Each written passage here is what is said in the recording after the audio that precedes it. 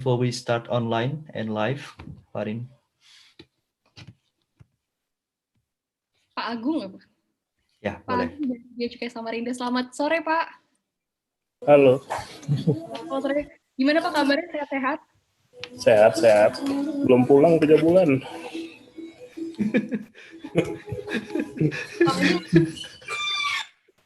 You want to say something to Miss Nena before we start our webinar? Hello, Miss Nena. Hi. Hey, I'm glad Nice to to join see this you. meeting. Yes. Me too. Nice to see you. Yes, I'm happy you joined. yes, I'm happy to. Wow. Okay, thank you, Pak Agung. Okay, yuk. Pak Is, can we start? Okay, we can start. Yeah. Okay. Excellency, honorable speaker, and also ladies and gentlemen. Good afternoon for us in Indonesia. Good morning for Miss Nena in Nigeria, and also Thank you. good evening for Pak Iswandi in Canberra, Australia.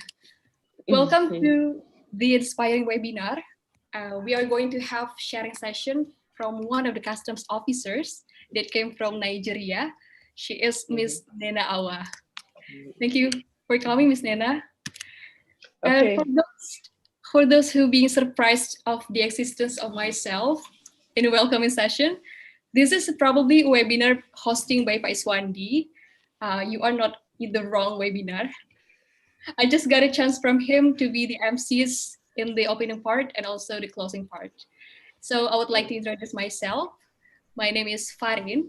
I'm working in customs in the West Sumatran part, or to be exact, in Kanwil Bea Cukai Sumatera Bagian Barat, which is located in Lampung. I've been working since 2018, Miss Nena. So I just 1 year and 6 months.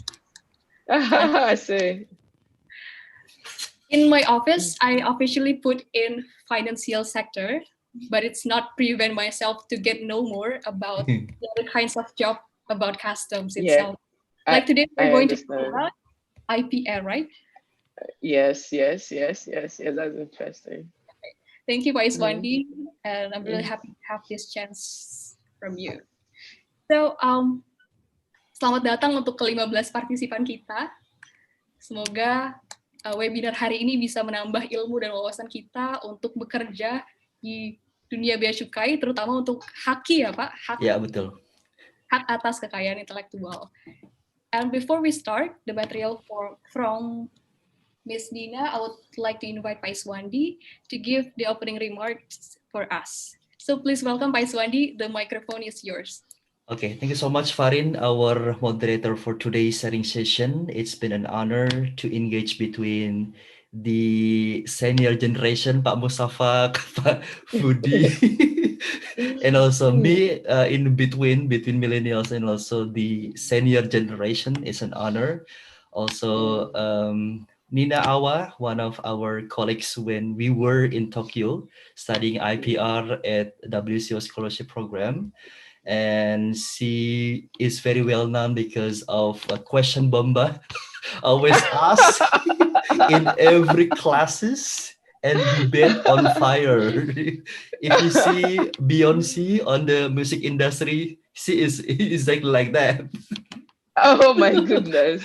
And also it's honor for us to have Mas Gali Seno, one of our colleagues also from the WCO Scholarship Awardee in 2018, if I'm not mistaken. And all participants, customs officer or other participant outside of the customs, you are welcome to improve our English, to share the ideas, to discuss about the IPR, intellectual property rights, or enforcement in Nigeria customs. As we know that in Indonesia, we still have a very problematic situation about the counterfeit goods. Counterfeit goods, it's a part of the infringement of IPR because it's actually IP contains a lot of kinds of rights like copyrights, trademarks, patent, industrial designs, geographical indications. But in this case, we'd like to focus on counterfeit of trademark, something like that. So buat teman-teman yang baru bergabung, baik bea cukai maupun non bea cukai, ini menarik karena memang untuk pelanggaran HKI itu banyak konten, tidak banyak variasinya. Tapi untuk custom sendiri, memang kita lagi memfokuskan untuk trademark dan juga copyrights. And as is a golden opportunity because we have one of the expert from Nigeria custom that in charge directly to IP infringement. So have a nice discussion. Don't hesitate to raise any question, comment, or feedback in English or in Bahasa or in bilingual or in Javanese like Pak Musafak. So a combination. Bye. Yeah, any comments? It's a good chance so we can also practice our English, listening and speaking. Okay, Farin, thank you so much. I give it back to you, Farin. Thank you, Pak Iswandi, for your opening remarks. So, ladies and gentlemen, not only today that counterfeit goods cross several borders or even several continents, it passing from port to port and also from airport to airport, changing ships or changing plans and using our free zones and sometimes even switching the transport documents or containers. And this show us that the counterfeiters are so creative and also smarter than us in doing the deception. And this is like a big problem for us because we are, as a customs officers itself, we are in the first line of defense to identifying and also interdicting illicit shipments of counterfeit goods before they can reach our consumers in the country. So we do really have to know how to stop and how to deal with the kind of counterfeit goods itself. And happily, today Pak Iswandi invited one of the customs officers from Nigeria. She is the intellectual property specialist to share her experiences in terms of counterfeit goods based on what she have done in Nigeria. And so please welcome Ms. Nena. Hey, Hi, Miss good Farin, morning. thank you so much. Good morning. Thank you so much. Thank you to all my colleagues from Indonesian Customs. Well, I met Iswandi in 2016, right? Yeah. Yeah, and he was, we are 10 of us, right? And Iswandi was the force of unity in our group, you know, because we are from different countries, different backgrounds. Sometimes, you know, we had Yeah. conflicts. And Iswandi will come and say, oh, no, it's okay. Oh, no, don't worry. Everything is going to be fine. No conflict, please, no conflict. He's such a good person, and I think Thank you. he represented Indonesia so well, and Thank I you so longed to much. visit Indonesia. He was such a good ambassador of your country. Thank you. And I was very pleased when he asked me to come talk about IPR enforcement in my country. I've been working in that unit since 2013.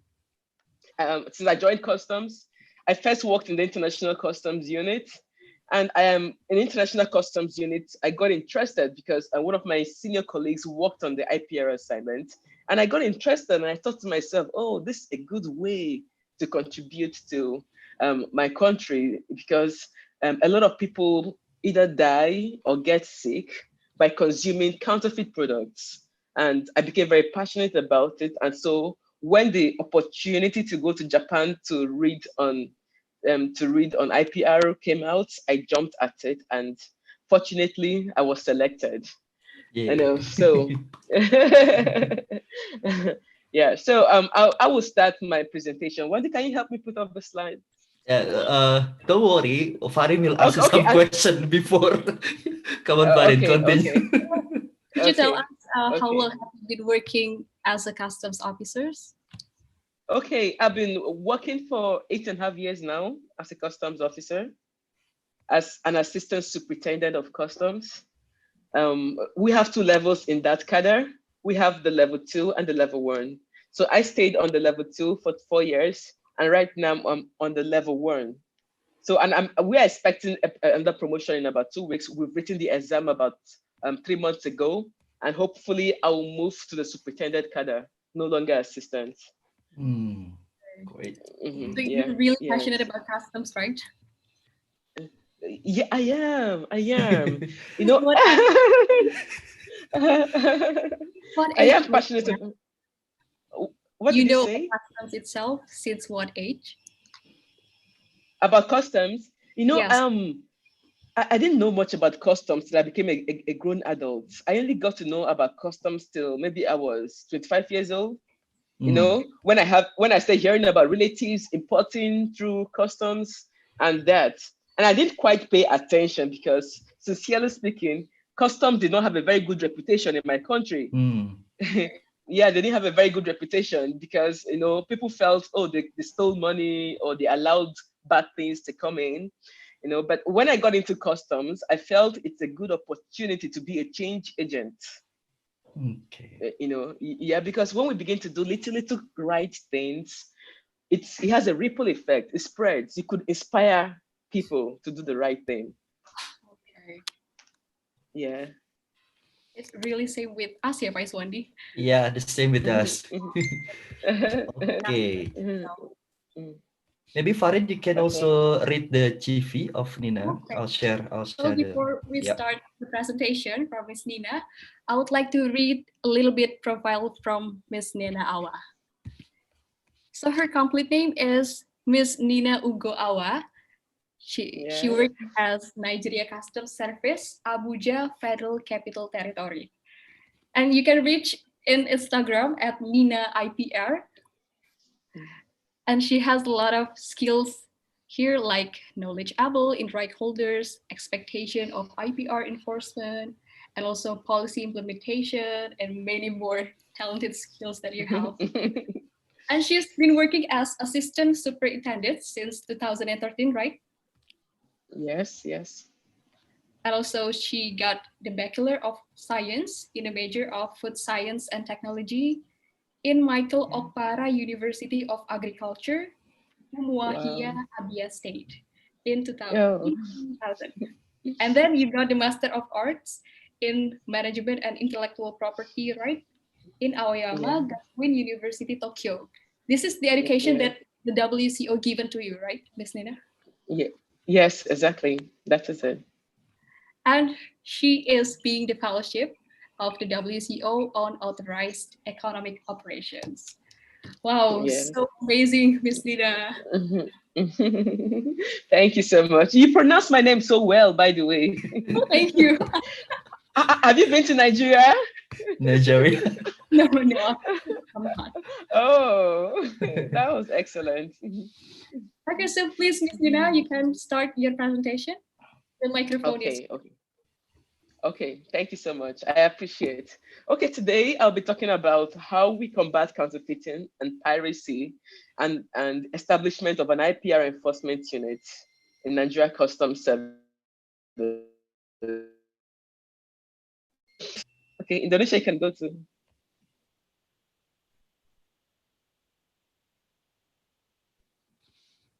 Okay, okay, I'll three categories. We have the negative external reality, and then the outcome of this. And the negative externals include that our customs law is completely outdated. It was formulated in 1956. That was a long, long time ago. That's like, very long, almost 50 years ago, and that means the content of the law is not quite in tune with what it's on ground right now. For instance, our laws the law we have that is old-fashioned. It does not contain any provision for ICT, for instance, and it needs to be updated. And of course, a bill has been passed to our House of Representatives, our Senate House of Representatives, for consideration to revise the SEMA, and we are still waiting, for good news. And then we do not have the political will. For anything to succeed, for any project to succeed in any country, there needs to be a backup from the executive government, from the president of the country. And even though, once in a while they come up with operations here and there, but they don't seem to be a stringent set of decisions to back up the IPR enforcement in my country just yet. And we do not have sufficient funding. And there are quite a number of agencies at the ports that seem to perform the same function. And many times it causes a kind of conflict. For instance, we have the NAFDAC, that's the National Agency for Food and Drugs Administration. We have the SON, S-O-N, that is the Standard Organization of Nigeria. Now the standards wants to make sure, the SON wants to make sure that products coming into Nigeria are up to standard. The National Agency for Food and Drugs wants to make sure that the food and drugs coming into Nigeria are up to standard, that they're not infringing on any law. So they all have IPR assignments. So sometimes there seems to be a conflict of who should be handling what. Should it be customs? Should it be SON? Should it be NAFDAC? Should it even be the police? There's that conflict that needs to be resolved. Then internal realities. Now, these ones I mentioned are external realities. The internal realities are inadequate capacity building. Now we are about 18,000 officers in Nigeria Customs Service. And it seems to me that it's just a particular group of people that are trained year in, year out. And we're easily moved, for instance, there's also general posting coming up in the next 1 month. And you could see that someone who has just spent 1 year in the IPR unit is moved to maybe a completely different unit, maybe the intelligence unit. And the people that come newly are not quite trained on how to handle the current assignment. So there's this capacity building gap, which of course have been suggested to the management to make it more frequent. We do not have enough working tools to execute our work. We do not have, for instance, the recordation tool where right holders could go online and put in the original aspect of their products for us to get acquainted with. We had very dilapidated structures, even though right now there's work going on them. Welfare challenges, I think, are very important to any government official, because if you pay an officer well, if an official is paid well, he's less likely to think about colluding with an importer to commit any kind of fraud. You know, if an officer is well housed, has housing scheme, proper housing scheme, insurance scheme, a good insurance scheme, he is less likely to think of fraudulent means, you know, to get good housing for himself and his family. Now, the outcome of this is there's public loss in confidence, which we are working to regain right now. Public loss in confidence, because people feel like, oh, no matter what we invest in these people, they just won't do the right thing. But that is currently being worked on. And we are seeing changes bit by bit, maybe not to the level that we expect it to be. Integrity issues, you know, before anything bad could come into a country, it most likely means that there has been a collusion between custom officers and the importers. And for a custom officer to cooperate with a fraudulent importer, it could mean that he's not paid well. His take-home pay is not enough. So he feels, okay, if I could commit this fraud with this man, I could get extra money to take me through the year, or to feed my family, or to keep my family well. So those are the integrity issues we sometimes face. But thankfully, very recently, we had a new director general who increased our pay by 200%. Even though that is still, for instance, when I joined the job, I earned about $200, which was really, really small because it couldn't do a lot. But right now, someone at entry level, the person gets to earn over $400, which we think is a good step forward. Then leakages in revenue, collecting and accounting and all that. Okay, now we talk about, okay, leakages in accounting, and that still borders on integrity issues. Okay, next slide, please. Okay. Right now, the service, that's the custom service in Nigeria, has these agendas as a way forward to move every aspect of customs duties forward. That includes a more robust human resource development, which includes capacity building, of course, inspire integrity in the offices, improve welfare services. Also recently, they're working on acquiring more housing blocks so that to make sure that every officer is properly housed and does not have to think about paying rent. There's also a certain improvement in our information and communication technology, even though not yet adequate. But right now, all duties are paid through e-platforms. There is no more cash transactions going on. The collaboration with stakeholders is very key in IPR enforcement. And stakeholders this time around means the right holders, the brand owners. For instance, we have the BAT, that's the British American Tobacco. We have the Nike, we have the Adidas, we have the Pfizer for drugs. We have Nestle for food items and different brands. We need to have an effective collaboration with them to be able to enforce IPR correctly. And then also internally, we need to have an appropriate coordination mechanism to ensure that these things are done seamlessly. Next slide, please. Okay, now the four golden P's that we rest on to be able to achieve a good IPR enforcement is policy. What is policy? Policy is simply a set of action to achieve a goal. What policy do we have? Right now, like I mentioned earlier, we do not quite have a direct IPR policy, a robust IPR policy to enforce the IPR in Nigeria. So we depend on the provisions of the World Trade Organization, which has not been fully domesticated into Nigerian laws, but then it's in process. We also need to have the appropriate platforms, which mostly is technological. We have to have efficient processes to ensure that this platform, that there is a place where these right holders could lodge complaints, and then a custom officer is able to address these complaints. Then the people need to have adequate capacity building. They need to be sure of what they are doing. They need to be well knowledgeable about this enforcement. Next slide, please. Okay. Okay, so we could just go on to the very next one because I've touched on this ones already. Justification. Okay. Now, the justification for IPR enforcement, like I had mentioned earlier, is basically on slide 10, the next slide. Yeah, the one on justification, okay. It's basically based on the World Trade Organization's TRIPS agreement. TRIPS agreement is trade-related intellectual property rights agreement. Now, it makes provisions and gives a set of responsibilities for government to protect IP rights.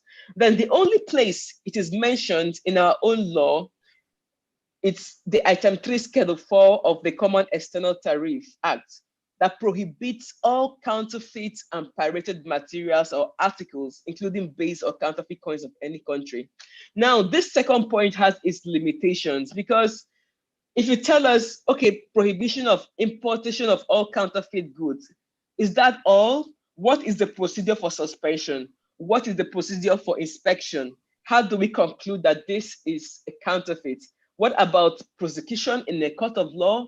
What else? So we feel like this provision is too limited and not adequate to ensure a robust IPR enforcement. Okay, well, the vision is about the vision of the unit to be a reliable platform in the provision of knowledge-based enforcement of legal provisions against international trade on counterfeit and pirated goods. One day I'm on the next slide already, vision. Okay. Okay, I'm done with vision. Mission now. Now, our mission is to lead a headquarter-driven process to prevent trafficking on IPR infringing goods across our national borders, which threatens economic viability, health, safety, and security of the nation. That is essentially the mission of the unit. How does lack of IPR enforcement threaten economic viability? It does so by, for instance, we have a makeup company. I'm a woman, so I want to talk about makeups. So we have a very popular, we have a very popular makeup industry in Nigeria called Tara, House of Tara. They make amazing, Tara. They make this very amazing makeups, like, lipsticks, the powder, mascara, everything. But, because Tara is successful in its brand, suddenly we start receiving consignment of Tara from China. You know, we start receiving which is not supposed to be. But when these counterfeiters find a successful brand in any country, they counterfeit it in their country and they import it into Nigeria. And how does it affect economic viability? It affects it because some of Tara staff began to lose their job because China had a certain advantage in terms of costs. Their products were cheaper than the ones made in Nigeria. So people did not know the difference and they would rather go buy the fake Tara. Now, this means that Tara was no longer making as much money, as much revenue as they were before. And some of their workers had to lose their job. When things like this happen, it means that economic viability has been lost. It's been lost. Okay. So the core values of the unit includes professionalism. We need to be as professional as possible, teamwork, integrity, service delivery, excellent service delivery. The next slide, please. Miss Nina, excuse me, Miss Nina. Yes. So you've Okay. It's interesting that you've mentioned like collaboration, and also one of the core values is teamwork. Do you have one or two the most prominent or the most you've heard of in collaboration with others in the organization like that? Do you have any experience about it? Yes, I do. We have a lot of, in fact, we rest on collaboration, because our laws are not robust enough, to take initiative. We do not have the law that permits us to take initiative to arrest or to suspend counterfeit goods coming through the borders. We actually rest strictly on collaboration with right holders. We tell right holders, we suggest to them that, if you have any intelligence information or movement of counterfeit goods of your product, please let us know. That is the only way we can swoop in and arrest. Now, we had a beautiful experience with Nike. Some time ago, Nike wrote us an intelligence report. They said, we have got information that we have a full shipment of fake Nike coming in from so country. And they gave us container number. They gave us so much information. And they even gave us the ports of arrival, the destination ports of the fake consignment. Immediately, with the container numbers the Nike provided, it was very easy for us to arrest, to immediately go to the, we have this unit in Nigeria Customs Service called the system audit. Now, in system audits from the headquarters, we are able to view live transactions, live arrival of consignments. It can be viewed live. So with the information Nike provided, we were able to realize that, okay, this shipment has actually battered, but have not offloaded its goods. So it was, an alert was sent to that particular port, which is in the southern part of Nigeria. An alert was sent to them asking them, do not allow for this shipment to be offloaded. Okay, so this is not only one man job, right? This is the collaboration itself in the country to bring these counterfeit goods. Exactly, a collaboration with right holders, especially. That's the most important collaboration. Yes. You can continue. All right, before continuing, Nina and Farin, we also have Laura, our colleagues from Tanzania. Welcome aboard. Have a nice listening to Nina. Okay, Nina. Okay. Thank you so much.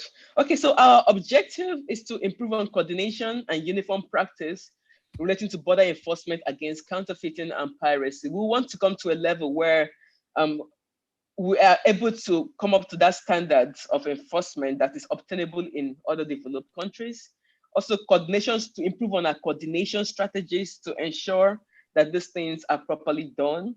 Then designing and delivery of required training to personnel, examination and approval of suspension application. For instance, I gave an example of Nike. Nike submitted an application for us, asking us to suspend a particular consignment, and we did suspend that consignment, and we traveled down to the southern part of Nigeria to actually inspect, to confirm that these things were fake, and of course they were fake. I've also spoken about collaboration with relevant partner government agencies. Right now, apart from partnering with the right holders, we also partner with the National Food and Drug Agency. We also partner with the SON, that's the Standard Organization of Nigeria, because the expertise, the competence in knowing what drug is fake or not rests on NAFDAC. We do not have the competence. So we rely on NAFDAC to say this drug is fake, because they are the ones trained to identify fake medicines. Okay, the next slide, please. Okay, these are actually more information on some of the other government agencies that we collaborate with. The Standard Organization of Nigeria, NAFDAC, National Agency for Food and Drug Administration, and all that. Okay, continue to the next one. Okay. You asked me, Farin, about custom right holder partnership, and I've given an example already of our example with Nike. We also had with British American Tobacco, and in fact, we've had a lot of success with British American Tobacco, because the last time we held a meeting with British American Tobacco, they told us that the counterfeiting of their brand has reduced to 20%. It has gone from 80% to about 20%, which for us is a huge success mark. Then we also need right holders to collaborate among themselves, not just with us. They should form a relationship with themselves. And right now we have that association in Nigeria called the Association of Brand Owners. The next slide, please. Okay, capacity building. In fact, just January this year, we also arranged and we also developed and arranged for a capacity building of frontline officers, and we traveled to major ports in Nigeria to deliver this capacity building. That information sharing, for instance, I just very recently, a colleague sent me a WhatsApp message, because WhatsApp is an effective tool for work also. A colleague sent me a WhatsApp message, and he said, what do you think about these pictures? What do you think about this? We just saw this. So even though that is not an official means of communication, but it is a first step, because he wanted to know the next course of action. He works in Lagos Port, which is in the western part of Nigeria. I'm in the central part. I'm at the headquarters. So he's sending that message, asking me, what do you think can be done? What should be done about this? Even though it is not an official means of communication, but it's the first step, which should be encouraged. Then we have legal action. Now in Nigeria Customs Service, after a consignment is considered as infringing on IPR, there must be legal action. The right holder is expected to initiate a legal action, because unlike, for instance, what obtains in Japanese customs, once they confirm that a product is infringement, they have the right to seize and to destroy. But in Nigeria Customs, we do not have such rights unless we get a court order. Yes. So the right holder is usually asked to initiate a legal action, and then we receive a court order asking us, okay, go ahead and destroy this in an environmentally safe manner. Okay, that is about the British American Tobacco, which I've already cited.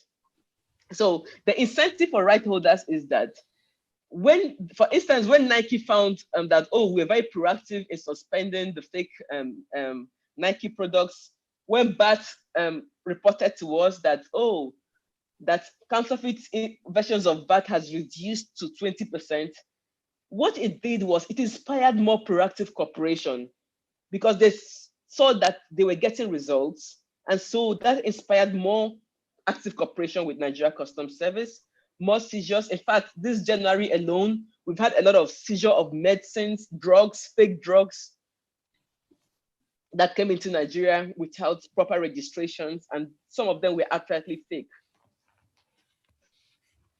Resource management. Okay. We have better resource management, there's no waste of time. Time is money, is a resource. There's no waste of money when we're able to do this well. More profit for the organizations. Of course, when less counterfeit of a product is coming into Nigeria, that means the brand owner, for instance, if there's much less counterfeit of Nike coming into Nigeria. That means the original Nike will sell more, and then the Nike company will have more profits. Okay, one the next slide. Okay. Wait. Yeah. Okay. Okay, this is an example of when Nike came to train our frontline officers in Lagos. This was way back in June 2014. But since then we've had several trainings from people. In fact, last year we had people flying in from Russia, from Japan, from all over the world. I mean, brand owners flying in from all over the world just to come and train our frontline officers. That was a pioneer bus, right there. And this is our HP. This is, HP computers. Most people have HP computers. Yeah, that is also when we had our collaboration meeting. And the woman in the middle, it's a very senior management staff of was a senior management staff of Nigeria Customs Service. Okay, next slide. Okay, this the rest of them are all they're all staff of HP, and these are just pictures. The Anti-Counterfeiting Conference 2014. Nena.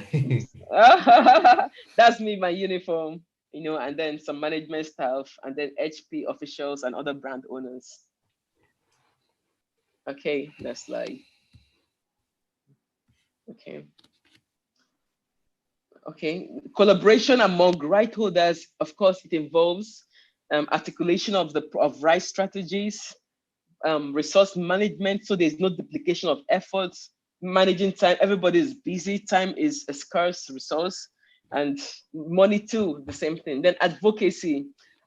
This means we use several platforms, even the media, to enlighten people on the need to enforce IPR. Then effective collaboration with border control agencies. In fact, January this year, 2020, we had an amazing collaboration. I think that's the January this year, we witnessed the most effective collaboration we've had with NAFDAC. And NAFDAC, that's the National Agency for Food and Drug, and then the SON, the Standard Organization.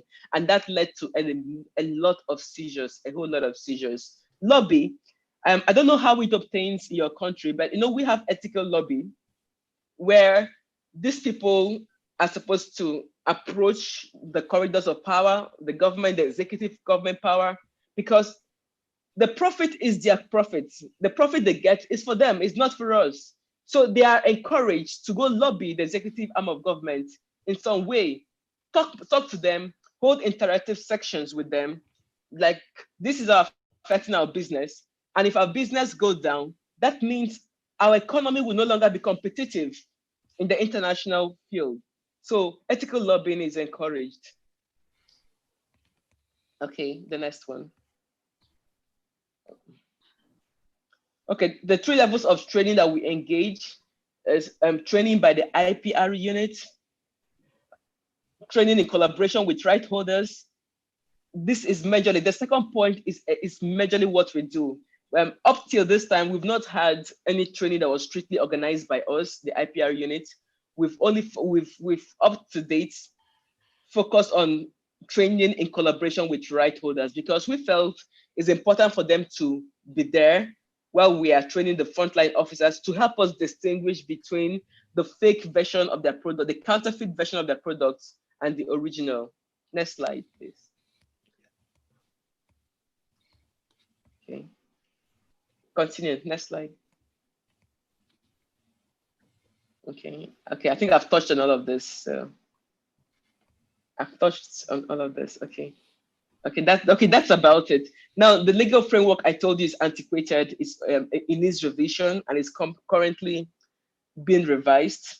The draft copy have been submitted to the Senate House for acceptance, and we hope it gets accepted. Capacity building, we have regular capacity building. We also have engagement with right holders. And in fact, we also have a major win, a major achievement we had recently was, all the while we've been operating from the headquarters. It's been a headquarter-driven initiative. But right now we have the approval of the Director General to have a unit in all the ports that is strictly mandated to ensure that counterfeit products do not come into Nigeria. Thank you so much for listening to me, and I will now entertain questions. Thank you, Ms. Nena, for your presentation. But one short question. You haven't Okay. mentioned where the profit of the fake tires or the fake Nikes goes on. Yes. Yeah. Okay. The parts. Yeah. What did you say? Can you come again? Where is the profit? Where the money goes from the profit of the fake Nikes and also the fake Ex- tires? e- Exactly. That's an important point, because Nigeria also has a lot of challenges with terrorism. We have terrorism challenge in Nigeria. Terrorism.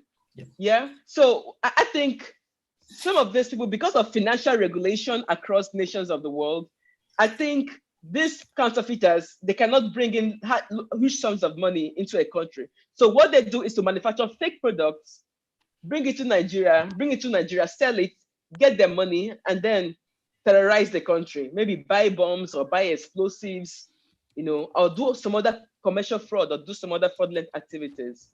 We had a very sad case. A company wrote us from the northern part of Nigeria. Now, this company manufactures insecticides and other such chemicals. They told us they have had to close down three of their industries, because of counterfeiters. They could no longer keep up with the expenses involved in keeping up those industries. People were no longer buying their products because we had the fake version coming from China, and the China version was cheaper. So because of that, they could no longer pay their workers, and they had to shut down three industries. That's terrible. That's very pathetic. And so that is also why we are also bracing up to make sure that IPR enforcement is taken very seriously. Okay, so thank you, Ms. Nina. So I would like to invite our participant to ask to you or to give the perspective of them. So I would like to invite maybe Miss Laura from Tanzania. Hey, Laura. Hello, Miss Laura.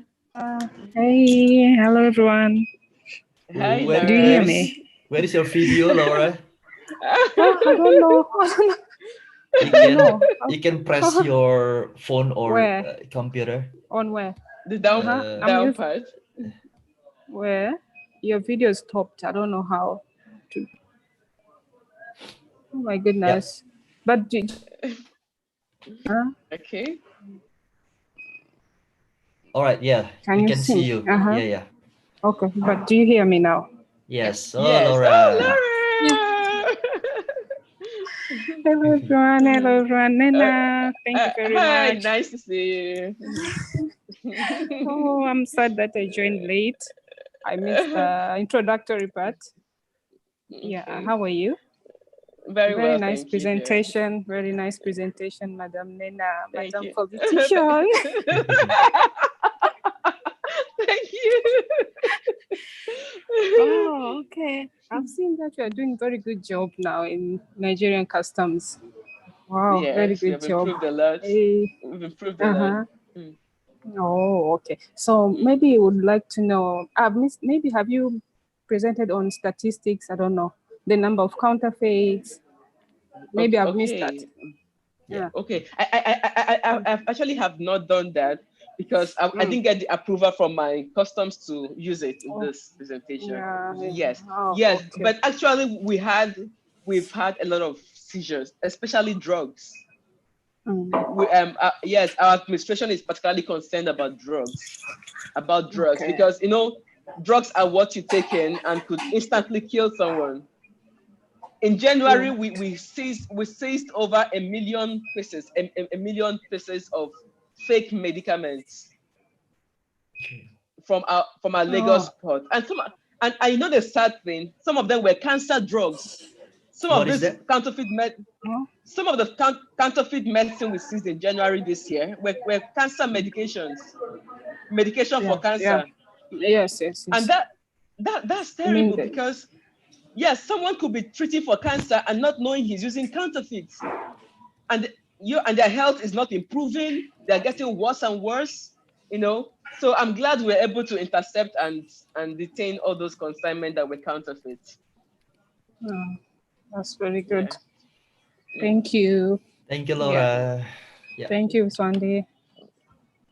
Baik, kami silakan kepada Bapak dan Ibu sekalian yang mau bertanya. Langsung ke Miss Nina. Mungkin Kak Bella, Pak Agung, Pak Musafak. Thank you, Miss Farin. Yeah. You, Miss Iswandi, Miss Nina. Yep. Thank you for Thank being you. invited to this webinar. Good evening, Thank you Miss so much. Nina. In Manado, North Sulawesi, is until 18, 18, 1 hour ahead of Jakarta. Maybe Okay. same Mr. Agung in Samarinda. Okay. I'm very happy to get knowledge and experience about one important role of custom from another country, Nigeria. I currently work in internal compliance, which does not directly deal with matter related to IPR and illicit trade, but the sharing is, I think, is very useful. Assignment of custom often move and change. Maybe one day I assignment in that place. One question for me to Miss Nina. Okay. How it impacts the handling of illicit trade in Nigeria contact revenue? If there is data, share to us. Thank you, Ms. Nina. Okay. Like I explained earlier, the reason I could not use data for this presentation is because I did not get the permission to do that. You know, yes, that's why I did not use data, but we do have data actually. The thing is, the illicit trade, the impact on revenue, that is where the challenge lies on revenue, because some people feel like if you enforce IPR, then we're going to lose revenue, because the country depends a lot on customs revenue to function. We have oil and then we have customs. So the country depends a lot on customs taxes to function. In fact, during this COVID period, custom was asked to be alert because some other companies like the oil company are not earning as much revenue. Oil prices has fallen down, so they're no longer earning as much revenue. The federal inland revenue for inland taxes, the revenue has also dropped because many companies shut down and could not earn revenue to pay taxes. So the pressure now is on customs. Customs brings the money, bring the revenue. So what that does is that it affects enforcement of IPR. Give, for example, a consignment of fake counterfeit products. Let me say a high value item like Adidas, for instance. There is this struggle. Should we suspend it or should we collect revenue on it and let it go? There's that, because when you seize like 2 consignments of a high value product, you may have stopped the country from earning more revenue from those products. So there's always that struggle. There's always that indecision. Should we suspend it since it's not harmful to health? Since this is not going to be taken inside the body, should we suspend it, or should we collect duty, custom duty on it, and let it go into the market? That is the struggle we have on it. Ya Pak, jadi kalau boleh nambahin in bahasan ini, it's like a dilemma because somehow barang-barang palsu yang diimpor di Indonesia ini kan pasti biaya masuk ya. Exactly, they pay import duties and then tax in terms of import. Secara sorry Mbak Nina, in bahasa secara pasti ngaruh sih Pak ke revenue collection, karena pasti kan mostly kan kita juga tahu nih di importasi di Priok aja contoh banyak yang melanggar tuh banyak sebetulnya, cuman kan karena kita belum enforcementnya belum lengkap gitu, karena belum banyak yang daftar, because in some condition not many trademark owners they record at customs, so we cannot conduct ex officio actions at the ground. Gitu Pak. Jadi secara langsung sih pasti ngaruh ke revenue. Cuman at the end secara global impact of macroeconomics itu beberapa research, we can say Jakovic, she conduct research on how the illicit or counterfeit products impact on the GDP, foreign direct investment, and other indicators on economic. It also negative impact definitely Pak Musafak. Meskipun in terms of custom we somehow lost those from the illicit consignment, because they also pay import duty. Yes, custom that's duty. true. In fact, we had a particular company that left Nigeria to Ghana because of this problem. So, you know, for a country to develop, you need foreign direct investment, right? You need foreign direct investment. So when there's so much counterfeit of their product, they can leave the country, or those who haven't even come in, they will not come. And then the country does not develop. Yep. So that is part of that. That's a huge impact on it. That's a huge impact. And then we have the movie industry. I don't know if you know about Nollywood. Nollywood is a major contributor to our GDP, and we've noticed that so many times. We're thankful for Netflix, you know, that helped to curb that right now. You know, but before now, once movies are released, if at the same day of release, you're going to find copies of the movie all over the streets, everywhere. I don't know. These pirates, they are so smart. They are quick. They are so quick. Once a movie is released, they've pirated it in millions of copies, because, you know, we have population. We are almost 200 million in Nigeria. And so they've printed it in several copies, and they are distributing it. What happens is that the original producer of that movie loses out. You know, and then people are not willing to invest in the movie industry because they feel like, I'm going to lose my investment. If I invest in the movie industry, I'm going to lose it because of people who make pirate versions of it. Yeah. Yes, So the almost impact all is actually... countries. Okay, I think almost all countries have similar Nina, but if the team work well, it will definitely bring a better change. I think that. Thank you, Mr. Miss Nena and Mr. Iswandi. Thank you, Pak Musafak. Thank you. Baik, Bapak dan Ibu sekalian, ada yang ingin bertanya lagi? Mungkin Pak Gali? Kak Bella, mungkin? Halo Kak Bella. Hi. Hi, Farin. Hi, Nena. Hi. Good afternoon. Greetings from Indonesia, Lampung. My name is Bella. I'm a custom officer in Indonesia, Bandar Lampung. Okay. Nena, I want to ask one question. As you've mentioned before, one of core values to fix IPR problems is integrity. I totally agree with that. I think integrity is one of main keys to have good governance in every country. In your country, what's the other effort to maintain the integrity of public officers besides increasing the salary, as you've mentioned before? Okay. Thank you. Okay. Yes.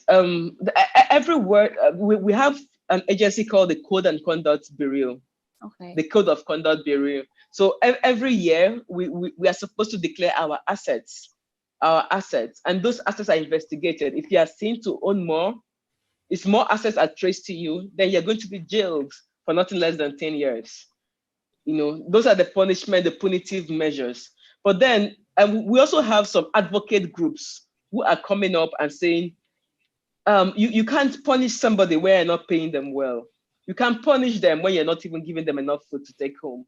Why not improve on their welfare before you begin to enforce those things? But that notwithstanding, the Code and Conduct Bureau is still going ahead, which is fine. I think it's a deterrent to know that if you purchase something that is way above your means of earning, you're going to be prosecuted. You're going to be investigated. So that is a major thing that is done to inspire integrity. And since our new DG came on board, and since he improved on our welfare package, I told you he has improved on our welfare package by about 200%. He has actually suspended over 40 officers who were still found involved in corrupt practices at the ports. Yeah. I hope I answered a bit of your question. Okay, thank you, Nena. So, Ms. Nena, we have 2 questions on the waiting list. I would like to invite Pak Gali Seno to deliver the question. Please, Pak Gali. Thank you for the opportunity, Farin. Hi, Nena. Good morning. In Nigeria. Yes, it's morning, almost evening in Jakarta right now, but yeah. And probably I'm not. I can fully understand the situation in Nigeria because almost every country has the same problem. And so I would like to thank you for your presentation. It's very insightful and comprehensive. Thank you. So Thank you. I would like to comment. Probably, I'm actually amazed with the how you collaborate between the agencies. I think, you've just mentioned some of the limitation of your agencies, such as the law and everything, but you try to collaborate, and it actually produced something. I mean, like, Yes, you did. yes, it has results. So what I can say is I'm amazed with the creativity of the enforcement units to collaborate and enforce the IPR. So I respect your efforts, and it's a good job. Please continue. And probably another comment is that probably from the right holders itself, because they are the most affected parts.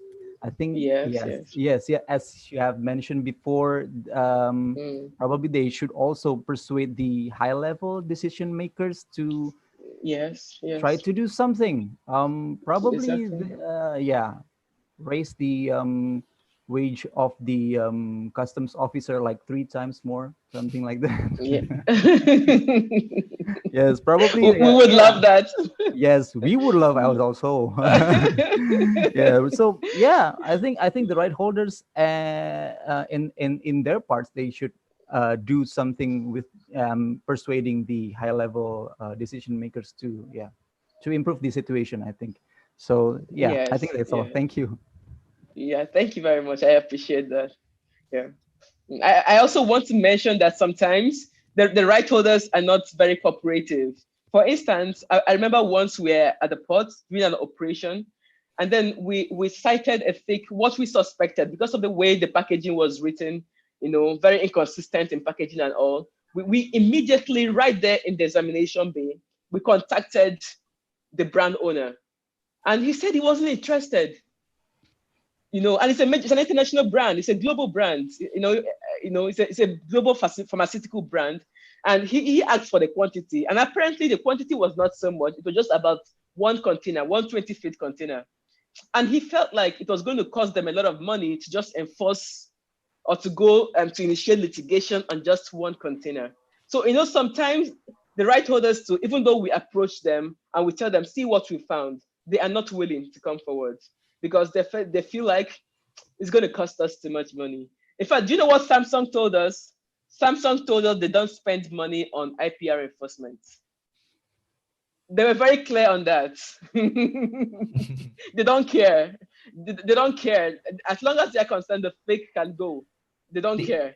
Nena-san, so yes. How much money they have to put on suspension, to customs or to the court for right holder? For in Indonesia, they have to put like 100 million rupiah. How about in Nigeria? In Nigeria, it doesn't even cost much. It doesn't cost just about, it's not even up to maybe about $300 or so. It doesn't cost much. As a guarantee? It depends on the quantity of, it doesn't cost much, but you see their problem is the time. Litigation takes time. And hiring a lawyer for a whole year for something that could have been dealt with in 1 year, in 1 week. For instance, if you hire a lawyer for 1 week, you could pay him, for example, $1,000. But if the lawyer had to appear in court every other month for 1 year, 2 years, that means a lot of money for the company. And many times they are not willing to pay that money, especially when they consider that the consignment is not even big. They feel like, oh, it's just 120 feet, let it go. If it were up to 20, we could put in money there, but let it go. So that's some of the challenges we have. Time, because it's the time resource that is most problematic to them, the time, the litigation. And I think that is why I like the Japanese strategy. The ex-official powers they have, they are able to decide that this is counterfeit and without going to court, they're able to take a decision on it. That way, the right holder does not need to spend a lot of money. I think that's a good strategy. Yeah. Okay, thank you, Nena. So we go to the second question, Ms. Nena. From Rara Tembilahan. Please, Rara, the microphone is yours. Hello, everyone. Hi, Rara. Rara. Good morning for Miss Nena and good evening for Pak Iswandi. My name is Rara, currently working as a part of customs officer in Tembilahan. It's a small city in Riau, but just 1 hour flight to Singapore. Miss Nena, sadly, I think our country are facing the same problems in some issues like about integrity. So I want to hear your opinion about what's the most pressing problems for stopping the counterfeit goods in your country. Is it maybe about the terrorism like you've mentioned before, or maybe something else? Thank you. Okay. The most pressing problem is political will. We do not have sufficient political will from the executive arm of government. They do mention it once in a while, but for all the countries that have successful IPR regime, the number one thing has always been the political will from the number one person of the country. That's the president or the prime minister. The prime minister needs to be able to drive it himself, or the president needs to be able to drive it himself. It needs to be one of his core agendas. IPR enforcement should be one of his core agendas if it's to attract more foreign direct investment or to make the nation more competitive internationally. Then he needs to be able to make it his own agenda, not just customs agenda or NAFDAC agenda. It should be on his own agenda. For instance, I like to mention Japan because that is where I studied IPR. When they started enforcing IPR strongly was when the prime minister took it as a personal responsibility and established an IPR office right in his cabinet. He established an IPR committee right in his cabinet, which already sent out a signal that, oh yes, now we are serious about this matter. We have to go forward. And before you knew what happened, Japanese brands went all over the world. Their GDP improved, their revenue improved, everything improved. So that is the only way to drive it. To drive it properly is to have that political will from the executive arm of government. Thank you. I hope I answered your question. Thank you so much. Ada tanggapan, Rara? It's enough for me. Thank you so much, Miss Nena. Thank you, Rara. Thank you, Miss Nena. Miss Nena, our Zoom meeting today is also streaming to YouTube. And I got a question from YouTube. Okay. And I would like to read the question from Zain, from Bang Zain. As far as I know, why it is hard to enforce the IPR? Because IPR seems protecting only major capital owners, not SMEs or individual traders. So in your experience in Nigeria, how to encourage and educate all the SMEs and traders to not engage in this act of illicit trade? And the second question, what kind of rationale did you use to encourage them to trade goods in proper and fair way? So that's 2 questions from Zain. Okay. I get it. Okay. Yes, I understand her question. Yes, many people feel like IPR enforcement supports the capitalist regime. It supports only the big brands owners. But what we did to advert that is that whenever there is a training in collaboration with customs, a training for frontline officers, we reach out. Customs rights, we reach out to the small SMEs. We reach out to our own indigenous brands, But we also had a challenge with that once. We reached out to this, our first auto company.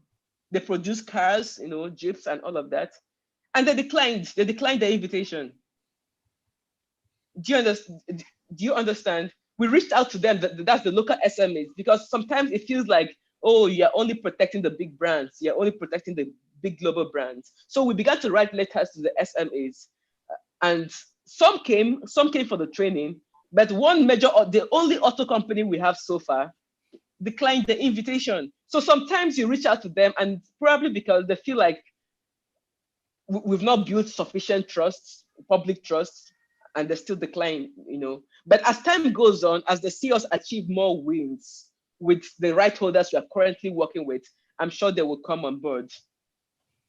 Now, the second question is, the second question was, what kind of rationale did you use to encourage them to trade goods in a proper and fair way? What kind of okay, yeah, I think the only thing we can do right now to encourage them to trade goods in a fair way is to enforce their rights, to make sure that no counterfeit version of their product is coming in. That's where they are motivated to do more and to trade legitimately. That's the only way we can do that for now, talking about my units, to protect their rights. Yes. Okay, thank you, Ms. Nena. Paiswandi, maybe you want to... Yeah. Actually, yeah, that's a good question from Zain. He is one of the Fulbright awardee that would like to go to United States for master program. Thanks, Zain.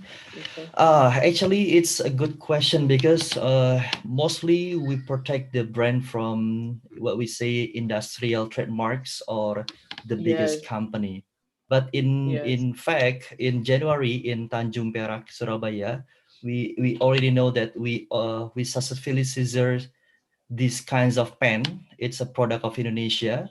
I cannot mention the brand of the pen. It's one container full of like 100,000 pens that we got intelligence from IPR team at the enforcement department in Kantor Pusat headquarters, and then they send the data information to Tanjung Perak. It's in Java seaport, and it's one case. I mean, if pen is counterfeited by China or the other countries that really beneficial for or taking any profits for the authorized trademarks, there will be more possibility to other products, not only pen, but also perhaps the ethics clothes of Indonesia and some kinds product that really relate to SMEs or small and medium enterprises, because we also heading to the developed countries, I mean emerging countries of Indonesia, and we have some or perhaps many international brand from Indonesia, like ban apa ya Mas Gali ini, tires, international tires, also in Indonesia. Indomie noodles. I love Indomie noodles. Can you imagine if Indomie counterfeited by China? Indomie also in Nigeria. So yes. There are two problems actually. The SME should register their trademarks or copyright to DJIP atau DJHKI di Kemhumham, and also to customs if they would like to have a protection at the borders, seaport or airport. So there are two ways. Exactly, it's a problem, Nina, because for the SMEs, somehow the level of awareness to register their products at the GIP, they don't have adequate knowledge. Apalagi even to customs. I mean, it's like a second level difficulties for them. But it's our duty, either for customs or the GIP, to collaborate that this is important for them. If they would like to be protected by the IP, I mean their IP in copyrights or trademarks, they have to submit to customs and the GIP. But currently, maybe the IPR team in custom and the GIP, if I'm not mistaken, we now have a synchronized system. When they register to the custom, IKC, our IT department, they would like to connect to the GIP. So it's like one single database, but still in progress by our team in IKC. Also, Mas Gali, our part of the team in IPR team Indonesia. Oh, I see. Yeah, but still, how to encourage and attract them to register to record at custom and the GIP. What about in Nigeria? You have to register to IP department nationally and custom, Nina? Yes, nationally they have to register, of course. So but twice, right now we don't have. Okay. Yeah, but in customs we do not have a recordation base. But I think in the next few months, we do not have a recordation base. But what they do, the writers, we only accept right now. We only accept intelligence information from right holders. to intercept a consignment, maybe the counterfeit version of their product. But we're in the process of developing one that could be ready maybe in the next 5 months. But right now, we haven't started using any recordation database. Okay, so you seize at the border or airport or seaport by the information from the right holders. Exactly. Okay, That so is what we do. you don't do the ex officio at the very beginning. I mean, if you see the No. container and you No. check on your database, oh, it's not original. Okay. No, we do not have ex officio powers. But if we are examining at the ports and we suspect that something is fake, we could informally, not formally, we could informally contact the right holder, asking his opinion, and then asking him to write, telling him, okay, I think this has happened, but you have to write us, telling us that you have intelligence information that this has arrived at social port, that you want an interdiction. Yes. Farin, mau nambahin dikit in bahasa jika Mas Gali dan teman-teman bahwa barusan kontak ke Pak Khairul Hazik. He is our coordinator for IPR team at P2 Pusat, and he would like to conduct online distance for IPR. So get ready if you like to apply, because maybe the team would be from the enforcement. Pak Khairul Hazik, ada Mas Andri, mungkin Mas Gali nanti boleh dimintain bantuan if you are available to give the training to our customs officers, so they're really aware about the IPR, about the impact, negative impacts, and also the application regulation. We have PP 2017 and also PMK 2018, so you may understand. And I would like also to connect with the Charles, the expert on IPR, also WCO. So it's like combination to support and boost our applications in the IPR system. All right, Farin, back to you. Okay, next one, I would like to ask to you personally. Berarti peraturan untuk IPR ini sendiri harus se-fleksibel itu ya, Pak? Harus keep up dengan teknologi itu sendiri ya? Okay, that's a good question. Sebenarnya kita juga kalau peraturan mungkin Mas Gali juga tahu, mohon tambahkan. Kita ini punya undang-undang pabean ya dari 95, 2006 tuh udah kecantol tuh sekitar 9 pasal. We have like 9 articles about berapa pasal lupa about the enforcement of IPR. But still until 2017 we don't have the operational regulation until PP 2017 kemarin rilis di 2017 dan PMK 20 di 2018 keluar gitu. Jadi dua itu isinya operational background atau dasar kita menindak dari mulai submit recordation, and then garansi berapa juta rupiah, terus mereka harus bentuk badan hukum. It's all written on PMK dan juga PP. Itu baru regulationnya.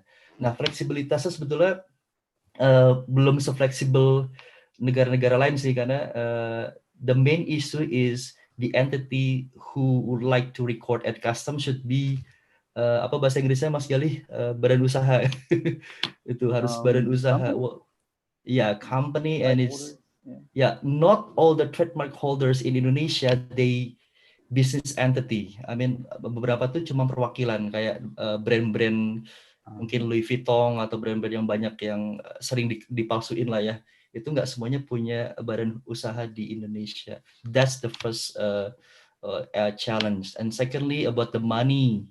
Jadi kita belum fleksibel di garansi. Beberapa negara itu mereka tuh ketika pemilik barangnya tahu ada barang palsu tuh di kontainer Priuk, kemungkinan dia datangnya setiap hari ini atau importer ini, itu value-nya memang nggak semahal di kita kan 100 juta ya Mas Gali ya kalau nggak berubah. Ya, 100 juta. Juga harus ke pengadilan niaga, Court of Commerce niaga dulu, terus nunggu perintah dari kepalanya Court of Commerce, terus ke bea cukai. Itu pun juga kalau mau di ex officio mereka harus daftar dulu di bea cukai. They have to apply recordation. Update dari teman-teman IPR team di P2 itu baru 15. We only have 13 trademarks and 2 copyrights dari 2017 loh. Ibaratnya udah jalan running 3 years, but still attraction of the IPR at the custom not really impressive for them.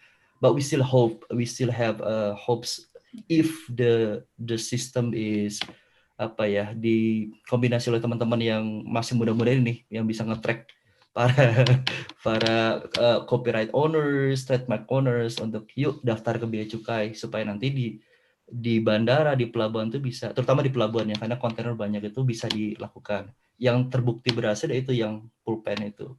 Jadi belum flexible banget. It's not really flexible, Farin, but still we have to maybe amend or change some part of the PMK or PP if we have the power. Okay. Tapi bisa sih kayaknya, mudah-mudahan. Okay. Yeah. Ms. Nena, we have question from Kak Anissa Azarwani. Yeah. So please, Kak Anissa.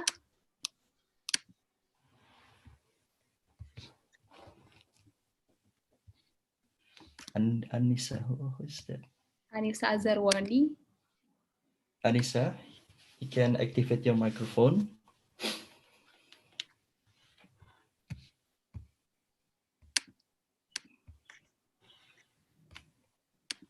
Oke, mungkin koneksi ya. Ya, boleh diganti.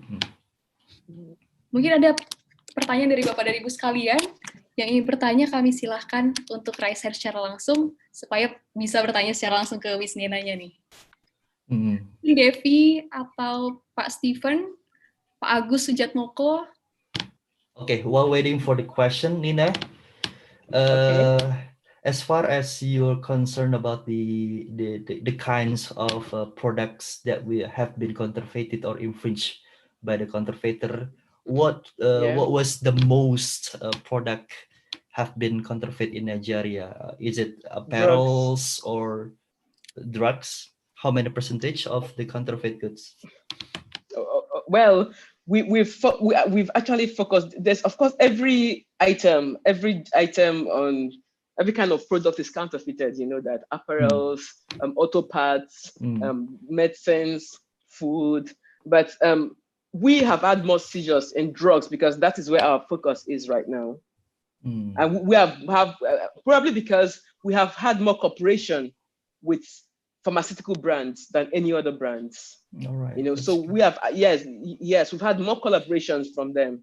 Whether they are local manufacturers or they are global manufacturers, we've had more collaboration from the right holders, the brand owners that manufacture pharmaceuticals. And so we've had a lot of seizures on drugs. But that does not mean to say that there are no counterfeit apparels or counterfeit auto parts coming in. But like you know, we do not have ex-official powers. And you know, the major assignment of customs is to generate revenue and to facilitate trade. We generate revenue and then we do trade facilitation. So if a right holder, given the way we operate now, does not come forward and tell us, look at what we found coming into your country, there's nothing we can do. We facilitate the trade. We facilitate the trade. Yeah. That's what we do right now. Okay, thank you, Nina. Oke. Saya silahkan kepada Bapak Chandra dari Bea Cukai Perak. Mungkin mau bertanya, Pak, silakan. Okay, thank you, Farin. Thank you for the opportunity. Hello, Mas Iswandi. Yeah, Pak Chandra. And ini masih muda loh, Farin, Nena. bukan Pak. I love your background. Juga. Okay, thank you. Your explanation was so clear, Miss Nena. I'd like to respond to your explanation that you said that you found a container full of counterfeit goods and contacted the right holders, but they just didn't care. Yes. So what exactly did you do facing that condition? Just release the goods, let it go, or you still seize goods for some times? Maybe you take another way to improve that it's a fake, or what kind of move you choose? Thank you. Okay. For that particular consignment, we let it go because, like I mentioned, one of our major jobs as custom officials is to facilitate trade. Facilitation means you move the trade, you don't keep it, you let it go in. You know, so when the right holder is not interested, that means there's nothing we can do, because if we decide to keep it, the importer, the person who imported that particular consignment could you know, initiate litigation. And then customs would lose because we will not have the backup of the appropriate brand owner. Yeah, so what we do when the right holder is not willing to cooperate is we move in the trade, unless when it is maybe some other government agency tells us, no, even though the right holder is not cooperating, we can't move it because this is very dangerous to health. Now, we will have to depend on the competency of that other government agency. For instance, in this case, NAFDAC, which is the National Agency for Drug and for Food and Drug Safety. That's what we do. In otherwise, we facilitate the trade. We let the trade go when they're not willing to cooperate. Okay. I think we have the same problem here in the Yeah, the same. I think it's a global problem actually. Okay. Thank you for your answer, Ms. Nena. Yeah. Okay, thank you, My Pak pleasure, Jaya. please. Oke, di sini sudah ada pertanyaan dari Kak Anditara Medan. Kak Anditara boleh langsung disampaikan ke Miss Nenanya? Anditara. Baik, atau saya bacakan saja ya, Pak? Bacakan. Okay. So, Miss Nena, this is the Yes. question from Anditara. Talking about IPR goods is not something tangible.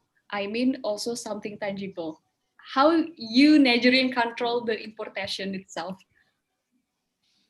Do you get it? Okay. I am not quite. Is it like internet or what is it? Intangible. Well, what do you mean, Anita? Or movies? Anditara, would you please unmute your microphone and tell to Miss Nena directly? Maybe it's kinds of counterfeit movie you explained before, Nina, or counterfeit music. Or maybe copyright. Okay. Sorry. Is that what she meant? Mm-hmm. Is that what she meant? Oh yes. Okay. For like we have a lot of illegal channels where you can stream music and download videos and all of that. Right now, custom does not have any competency as regards that. That rests with NCC. NCC is the Nigerian Copyright Commission.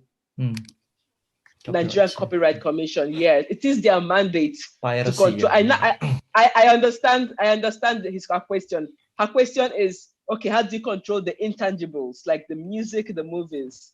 Yeah. That competency does not rest with us, customs. It rests with the NCC, Nigerian Copyright Commission. Okay. Yeah, yes. For information, for infringing the copyrights, we call it piracy. And for infringing the trademark, we call it counterfeit. Yes, Gali, ada tambahan Mas Gali mungkin? Yeah, and when we find, if I can add this, when we find counterfeit books, pirated books at the ports, we hand them over to NCC. We contact NCC. If we ever find like books we suspect are pirated, we call the attention of the Nigerian Copyright Commission. Yep. That's what we're doing, yes. Oke, mungkin ada tambahan dari Pak Gali? Because before you apply the WCO scholarship, Gali, do you remember your first proposal is to handle the e-commerce counterfeit, even though you change at the end? Yeah. Previously, I was before I submit my paper to the SMIPRP, I tried to come up with the essay of trying to trying to seize the goods either from the e-commerce, whether it is counterfeited or pirated. But probably if I can add to the discussion is that the TRIPS, as you have mentioned, TRIPS actually only obligates, like, if I'm not mistaken, only two get the two items of copyrights and trademarks that can be enforced by the customs. So mostly those are the main topics. But I think that's I can have. Yeah, that's good. That's good addition, Mas Gali, because maybe some for some participant who is not really familiar with TRIPS agreement is agreement on IPR or intellectual property rights within the WTO, World Trade Organization. And for the countries, the member of WTO, they have to fulfill the minimum standard. Jadi ada standar minimal, and it's only trademark and copyright. For the other like patent, industrial design, blah blah blah, it's like tambahan ya Mas Gali ya, complementary or something. Sunnah. As long as your country is capable of enforcing such as design or patent or other kinds of IPR infringements, and you can enforce it. But if you haven't, you can stick with those two, copyright and trademarks. All right. Okay. Terima kasih Pak Gali, Pak Iswandi. Maybe the question from Anditara should be the last question we discuss in this Zoom meeting. Thank you, Ms. Nena, for a lot of insights that I get today. And maybe we want to hear some closing statement ya Pak, dari our participants. Maybe Pak Iswandi mau milih Pak. Farin aja, Farin. Okay. I would like to invite Pak Musafak first. Silakan Pak. Pak Musafak lagi sholat ya. Thank you. Waktunya sholat. Mungkin Mas Iswandi saja. Waktunya sholat. Okay, we move to maybe. Sorry. Mungkin Mas Agung mau menutup, monggo silakan aja. Ini bukan untuk doa Pak. Ini Mas Iswandi aja. Mas, ini komen aja Mas Agung. Maybe your comment about Nina's presentation, komen aja. Atau how do you feel to participate in this? Yeah, I think Miss Nena had explained for us well and completely, Mas.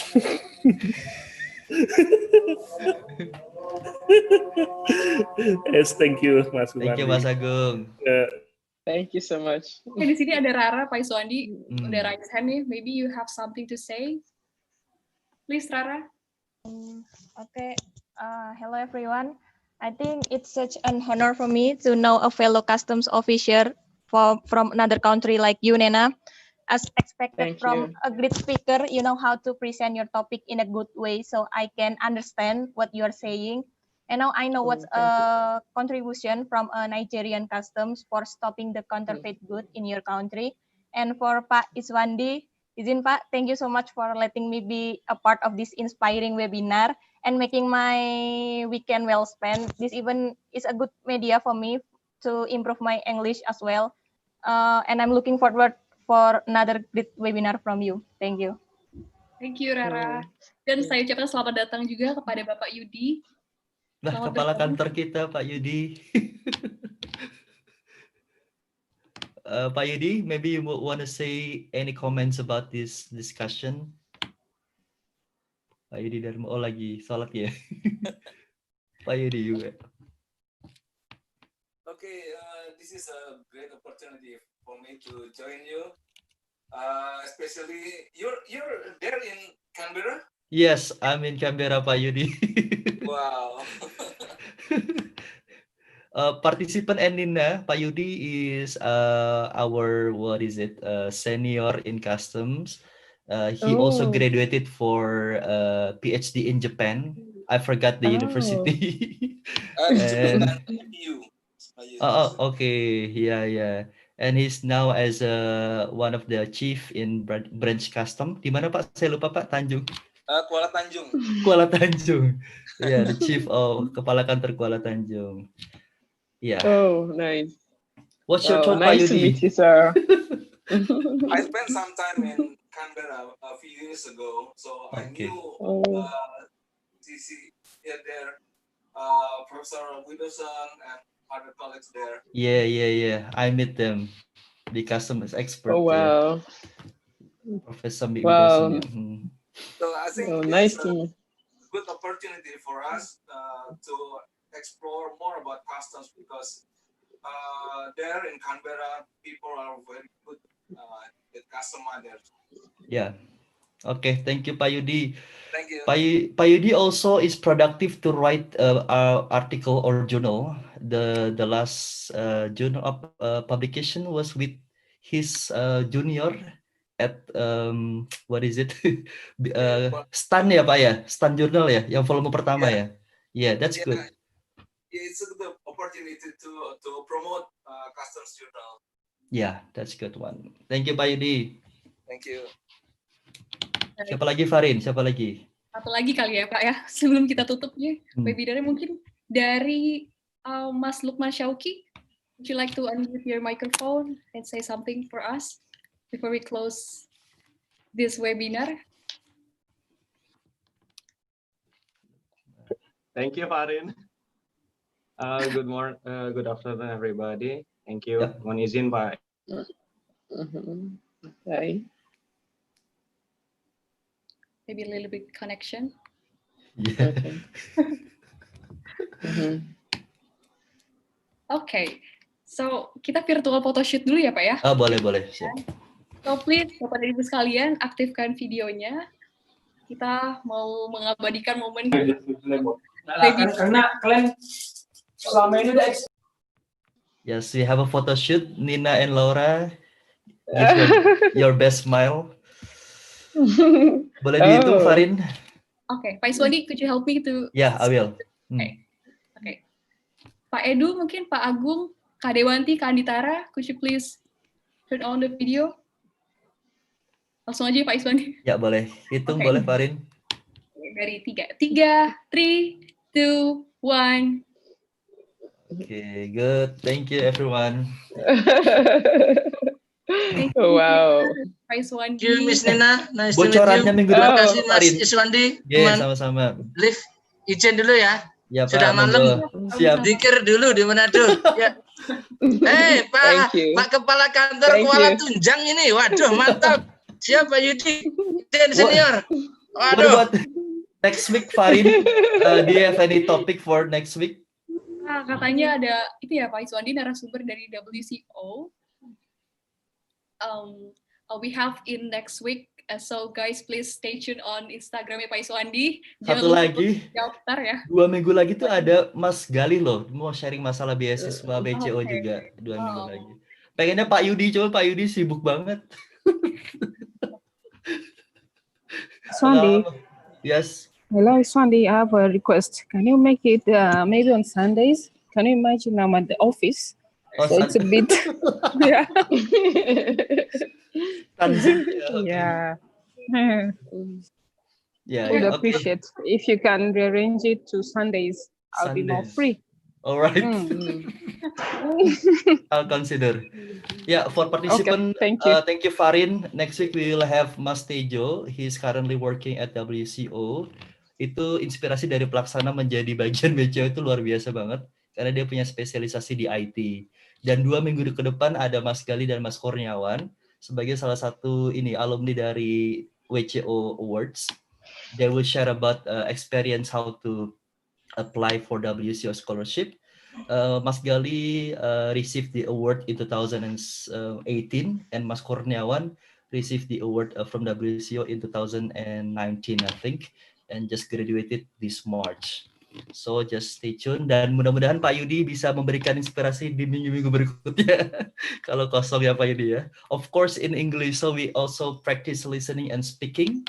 So don't hesitate to practice and get some insight from the speakers. Farin, give it to you. Okay, thank you, Miss Nena, for being our speaker today. Thank you, Pak Iswandi, and all the participants. Don't forget to register on the next session. And pada akhirnya, di sore ini saya akhiri. Saya mohon maaf sebagai moderator apabila terdapat kesalahan kata dan perbuatan selama acara berlangsung. Saya akhiri ya Pak Iswandi. Oke, wassalamualaikum warahmatullahi wabarakatuh. Waalaikumsalam. Thank you Thank everyone. you so much. Nina, Laura, thank you. Thank you. I appreciate. Thank you Farin, well done. Kalau ada rekomendasi teman yang mau jadi moderator lagi silakan. Ada di sini Pak. Atau yang mau silakan bantuin Farin. Ntar di coach sama Farin. Kabela. Thank you. Thank you Nina. Thank you so much. Mas Thank Gali. you. Thank you semuanya ya. Depik, oh iya Mbak Depik, congratulations ya sudah bergabung di KL. Wah, luar biasa Dewanti.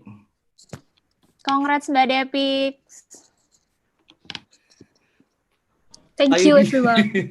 Pak Idi mau nulis apa lagi Pak tentang BCK Pak? I'm currently writing a incentive for local government. Oh, wow, that's. I see current. Yep.